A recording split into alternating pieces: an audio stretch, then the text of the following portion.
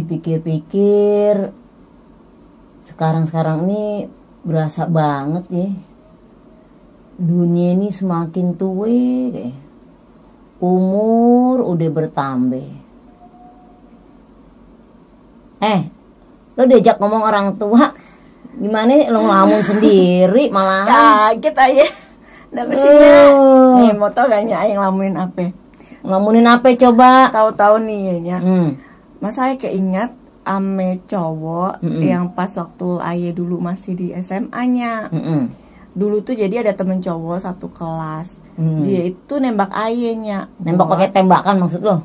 Iya, tembakan cintanya. Hanya kayak kamu muda aja lah. Nah, terus tuh zamannya udah beda. Kenapa? Terus habis itu dia pengen jadiin Aye itu pacarnya dianya. Cuma Aye kagak maunya. Karena dia beda kepercayaannya sama Aye. Kagak seiman gitu ya. Abis itu Aye tolak kan ya. Kan Aye kagak mau lah berhubungan sama orang yang kagak seiman gitu ya. Ntar gimana hubungannya ya Nya? Soal kehidupan, keselamatan dia beda. Gimana seterusnya kan Aye kagak mau coba-coba ya Nya. Gitu. Terus habis itu Aye tolaknya. Dia marah-marahnya sama Aye. Ngatain Aye kafir. Saya bingung ya dia. Kafir itu apa sih gitu, padahal zaman sekolah dulu tuh Aye kagak ngertinya karena belum belajar banyak gitunya. Jadi Aye kagak bisa jawab. Nah kemarin tuh ya Nya, tiba-tiba dia ngubungin Aye lagi Nya. Kayaknya tuh Tuhan suruh dia deh buat ngubungin Aye supaya Aye bisa jelasin ke dia kafir tuh apa gitu Nya. Bukannya biar lo nyambung lagi media. Awas lo, Tuhan bilang terang ame gelap kagak bisa bersatu. Kalau maksain juga tuh remeng-remeng tar, kagak jelas. Ya emang sebetulnya sih mereka itu kan nganggep kita ini nyembah Tuhan 3. Ada Bapa, ada Anak, ada Roh Kudus. Ini yang mereka kagak tahu nih. Makanya mereka ngatain kita kafir. Karena 3 Tuhan tuh disembah, kata gitu. Padahal sebenarnya Tuhan itu Esa. Bukan Tuhan ada 3, Esa. Nah, Esa itu bukan pengertian satu, terbatas, cuma satu. Tapi Esa di sini satu tidak terbatas. Gitu. Nggak terbatas apanya? Kagak terbatas kuasanya, kagak terbatas kasihnya, kagak terbatas beradaannya. Semua yang kita pikir tuh nggak nyampe untuk mencapai isi hati Tuhan, gitu. Dia kagak terbatas. Contohnya, gue ada di sini. Nah, lo nyari gue di bawah belum tentu ada.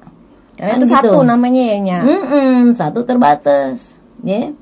Tapi kalau tidak terbatas itu, lo nyari gue di sini ada, gue di Amerika ada, lo nyari gue di bawah ada, di mana-mana gue ada, gitu. Gue kagak terbatas, gitu. Jadi pengertian dia itu Tuhan itu ada 3, gitu. Makanya lo tuh dikatain media kafir. Gitu. Gue kasih tahu lo, sekarang lo udah tahu kan? Kafir tuh kaya akan firman. Jadi lo udah kagak. Amin. Lo kagak usah takut lagi.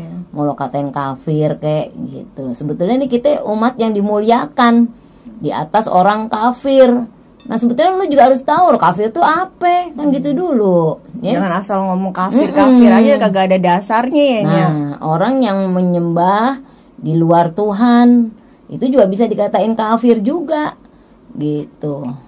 Ya nyembahnya ya pokoknya di luar Tuhan lah, macam-macam yang dia sembah itu termasuk kafir juga, gitu. Ya kagak apa-apa lah, itu urusan mereka lah. Yang penting kita suka cite aja.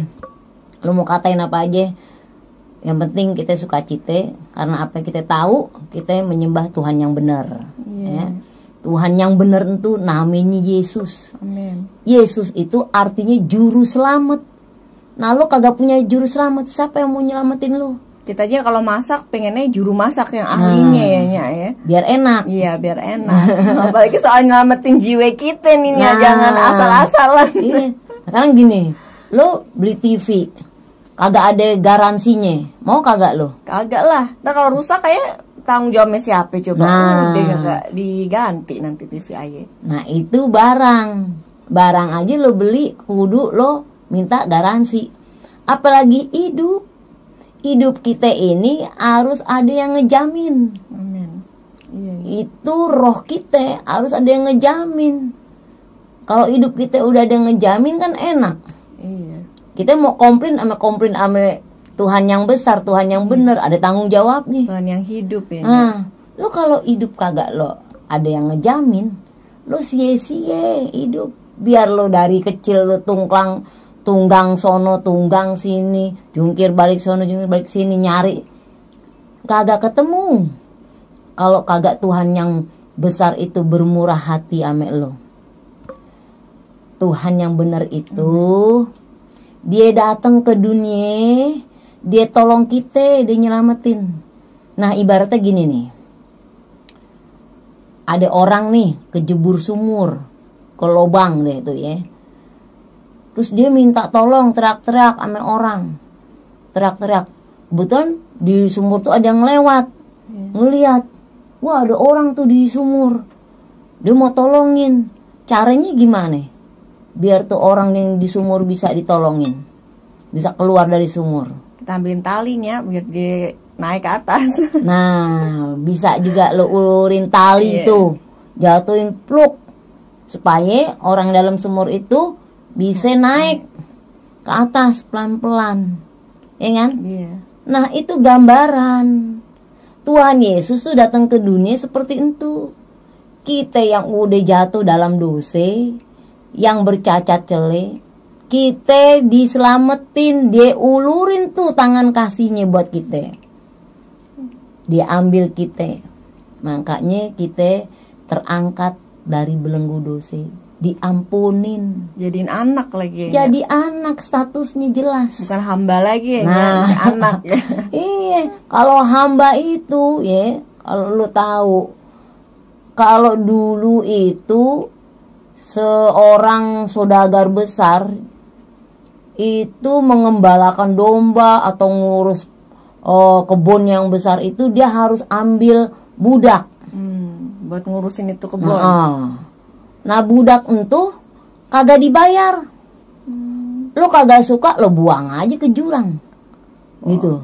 Sadis ya kan? Juga ya Nyak. Sadis dan hina gitu. Iya. Hina ya. Kagak ada suatu derajat yang baik, namanya juga budak.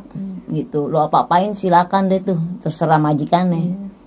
Nah kita ini percaya Yesus, kita diangkat jadi anak. Amin. Punya status anak. Nah kalau anak udah pasti dapat ahli waris tak kalau mati. Iya enggak? Amin, benernya. Nah lu lihat si Inem aja tuh, bangun pagi-pagi, udah nyuci, udah gosok, udah rapi, lu berangkat sekolah udah siap sarapan. Iya enggak? Nah lu bangun pagi aja boro-boro, bisa bangun pagi mujizat lo. Lu ame Inem lu duluan dia yang bangun. Rajinan Inem ya Mbak. Tapi kalau entar gue mati, harta gue kagak buat Inem, ya buat lo, karena lo anak gue. Tuh gambarannya babe di surga kayak gitu. Kalau kita jadi anak statusnya kuat. Amin. Gitu. Tapi anak yang benar ya, jangan anak durhaka. Jangan anak asal-asalan juga babe. Kita di dunia aja kagak suka kalau anaknya asal-asalan, bagi babe di surga. Iya. Jadi anak yang benar akan terima berkat yang benar. Ya kalau anak itu selama hidupnya kagak bener, kagak hormat sama orang tua, ya orang tua itu kan kagak harus yang kandung. Setiap orang yang dituakan di atas dia harus dihormatin. Untuk orang tua mana aja pokoknya judulnya orang tua, di atas dia dihormatin. Bila perlu disayangin, bukan bila perlu lagi ya. Harus dikasihin. Karena hukum kita ajarannya kasih. Gitu. Kasih sesame. Kagak pandang bulu. Ya kan? lo mau dari suku mana, tetap kita harus kasihin. Itu ajaran Babe di Sorge. Ditampar kanan, kasih kiri. Nggak boleh bales ya, Nya. Nggak boleh bales kejahatan dengan kejahatan. Nah, itu ajaran itu cuman ada di Kristen. Kagak ada yang lain tuh, Nah, mana ada Tuhan yang ngajarin cinta kasih. Cuma Yesus yang ngajarin cinta kasih. Tuh, jadi kita harus, junjungan kita ngajarin cinta kasih. Ya kita harus saling mengasihi sesama kita, jangan saling bermusuhan. Gitu. Kita diciptain sama nih. Iya. Ini kagak. Pada pengen menangnya sendiri. Pada benernya sendiri. Nih, kasih tahu ya. Yang paling bener sendiri itu nomor 1 kecap. Kagak ada kecap nomor 2, ya enggak? Jadi ya intinya kita nih hidup harus saling menghormatin gitu, bahwa kita juga harus kasih keterangan media kita tuh nyembah Tuhan 1, bukannya 3 gitu. Nah tapi dia tuh bilang nih, Nya, kok Tuhan lo kok ada bapak, ada anak, tuh Roh Kudus omnya be tantenya, katanya gitu, Nya. Itu pemikiran bodoh. Nih, kenapa kita panggil dia Bapak? Ya, karena apa? Tuhan Yesus tuh menciptakan dunia ini serta segala isinya. Makanya kita panggil Bapak. Ya kan? Dan hubungannya juga biar kita deket. Namanya Bapak sama anak, lo mau ngomong apa aja enak. Kagak ada batasan. Ya kan? Gitu loh. Nah, kenapa anak? Disebut anak karena Babe di Sorga itu dia adalah firman. Dia berfirman, pada mulanya adalah firman. Dan firman itu bersama-sama dengan Allah. Dan Allah itu adalah firman itu juga. Gitu. Makanya kita panggil dia anak. Gitu. Nah, kita perlu Roh Kudus. Roh yang membimbing kita, yang menuntun kita, supaya kita nggak ngeblangsak hidup kita. Supaya hidup kita benar dalam jalan-jalannya Tuhan. Dituntun gitu ya, Nya, tiap hari, tiap saat. Nah, dia ngibur kita, ya. Makanya kita panggil dia Roh Kudus, roh yang memberikan kekuatan kita. Isafa innahu rohullah wa kalimatuhu. Dulu pelajarannya dulu ya di sekolahan waktunya SD ada tuh. Gitu. Jadi dia berfirman, firman itu masuk jadi anak manusia. Pada mulanya adalah firman, firman itu bersama-sama dengan Allah. Dan Allah itu adalah firman. Lo konsepnya mesti tahu dulu. Allah itu adalah firman. Allah itu adalah roh. Itu konsepnya kita beda sama mereka. Makanya mereka kudu belajar nih. Mereka pikirnya satu aja gitu ya, Nya. Nggak bisa pindah-pindah gitu. Kalau mereka tuh, Nya. Ya, karena salah satunya juga itu keselamatan tuh anugerah. Ya. Kalau Tuhan nggak buka dia, walaupun lo nginjilin, lo beritain kabar baik sampai lo muntah darah, kalau Tuhan kagak buka, kagak bisa. Iya. Gitu. Karena kekristenan itu anugerah, bukan agama. Iya, benar ya. Agama itu dibuat supaya hidup manusia tidak kacau. Karena apa? A itu tidak, agama itu kacau. Supaya hidup manusia ini kagak kacau dan tidak membuat kacau. Gitu. Tapi lo lihat sekarang. Malah yang beragama yang bikin kacau ya. Nah, itu jadinya. Makanya kita bersyukur ya punya Tuhan Yesus tuh yang ngajarin cinta kasih, ya, yang ngajarin mengampunin. Cuma agama Kristen yang ngampunin. Iya. Ngampuninnya tulus loh, dari hati, nggak cuma dari mulut doang dan nggak cuma setahun sekali. Iya. Harus setiap hari ngampunin. Kalau kita kagak ngampunin, kita juga kagak diampunin sama Babe di Sorganya. Itulah kasih. Iya. Kasih yang besar, ya, kasih Tuhan. Karena begitu gede kasih Babe di Sorga, dikorbanin anaknya buat kita, supaya setiap orang yang percaya kagak binasa, beroleh hidup yang kekal. Nah, dapat hidup yang kekal. Sekarang lo mau pilih yang kekal apa yang sementara? Yang kekal dong ya. Nah, lu jangan main-main. Makanya Ayah kan udah tahu nih Nya. Mumpung dia tuh ngubungin Ayah lagi nih. Ayah akan jelasin tuh Nya sejelas-jelasnya media sambil Ayah doain. Siapa tahu Tuhan berkenan bukain tuh pintu hatinya dia. Dia bisa percaya sama Tuhan. Gak ada yang mustahilnya. Tugas kita cuma nyampein, beritain kabar baik. Masa dipercaya kagak bukan urusan kita, itu urusan Tuhan Yesus ya Nya. Lo punya pikiran begitu bagus ya. Kan kita cuma kasih kabar baik. Masa kagak kabar baik kagak lo sampein, iya kan? Kalau menang lotre lo pasti kan seneng, ya kan? Lo teriak-teriak, wah bila pun temen-temen lo tuh, aja semua deh, traktir makan, ya kan? Gitu kan? Lo dapet lotre seneng, lo menggebu-gebu nyampeinnya, ya kan? Kabar baik, gitu. Istilahnya kecepretan gue juga kan gitu. Coba kalau kabar kagak baik. Lah, jangan kan denger juga ogahnya kalau nggak baik ngapain didengar. Lo mau nyampe ini juga lemes. Nih, ibarat kata gini. Tini nih kerja di kantor. Tahu-tahu ada kabar bapaknya Tini ketabrak motor. Hancur beradul. Patah. Udah ketel-ketel tangannya. Semuanya deh udah menjelang hampir mati deh pokoknya. Si Udin lihat. Enggak, bingung nih. Gue kasih kabar kagak ame Tini ya. Gue kasih kabar ntar Tini shock di kantor ngejengkang. Bapaknya mau mati gitu. Gue kagak kabarin gimana, serba salah ya kan. Bingung karena kabar yang mau disampaikan tuh kabar nggak baik, kabar buruk. Cita, ya.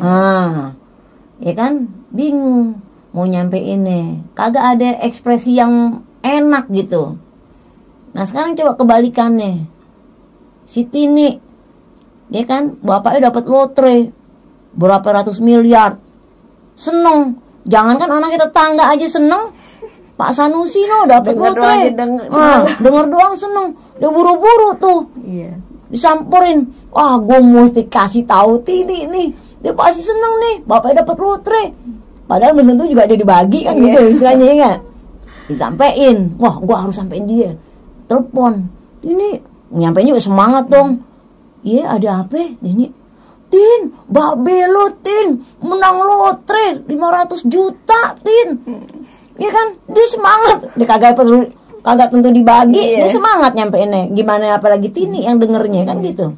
Nah, itulah kabar sukacita, kabar baik yang Tuhan kasih buat kita. Ya kan? Denger aja deh sukacita apalagi hidup dalam Tuhan, ngerasain bener-bener aduh tambah menggebu-gebunya buat ngabarin tuh kabar baik. Pokoknya kita sukacita deh ya, meskipun kondisi kita nih saat ini ya, kalau orang dunia bilang udah kagak bersahabat dah.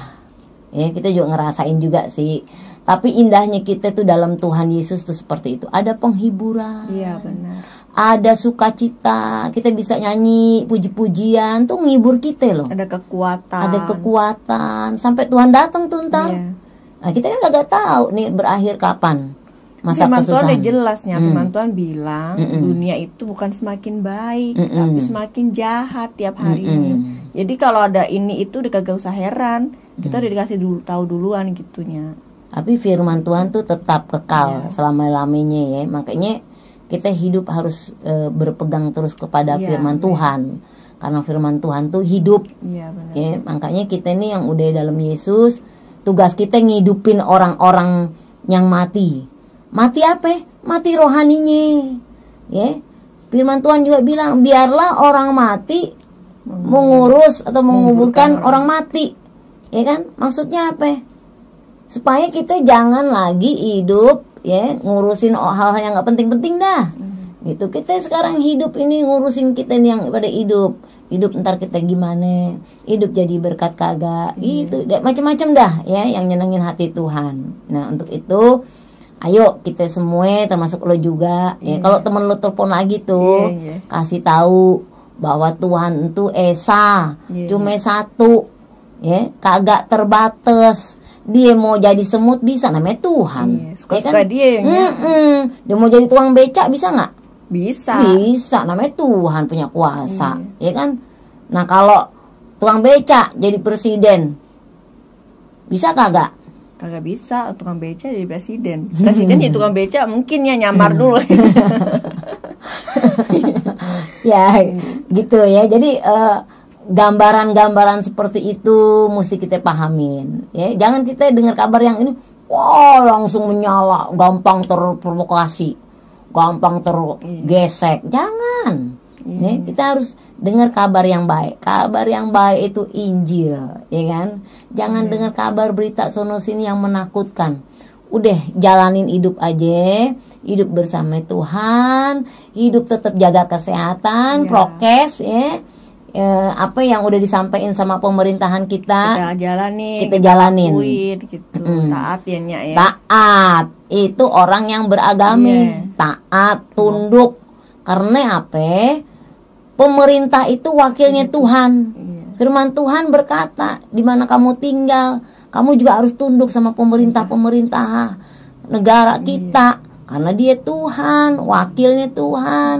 Gitu. Kalau lo kagak tunduk, sama aja kita kagak tunduk sama Tuhan dong, ya. Ngelawan lo. Sama yang kelihatan juga kagak tunduk, apalagi yang kagak kelihatan. Nah, makanya kita harus udah deh sekarang ini jangan lagi kita terprovokasi hal-hal yang nggak baik, apalagi lihat dengar hoak-hoak gitu. Aduh, itu bikin menakutkan, ya. Judulnya tetap hidup dalam Tuhan, jalanin hidup kita sebagai anak Tuhan, mengasihi, memperhatikan sekeliling kita, ya. Terus hidup berkenan, menyenangkan hati Tuhan. Nah, akhir-akhir ini kita harus tetap kuat, semangat, jangan kita makin membleh. Tuhan udah mau datang tuh, ingat, ya. Bila perlu lo telepon tuh teman lo, injilin lagi, kasih tahu kabar baik. Beresnya. Nah, kabar baik cuma ada di dalam Yesus Kristus. Ya, Injil adalah kebenaran, ya, kabar yang harus disampaikan. Tuhan Yesus memberkatin.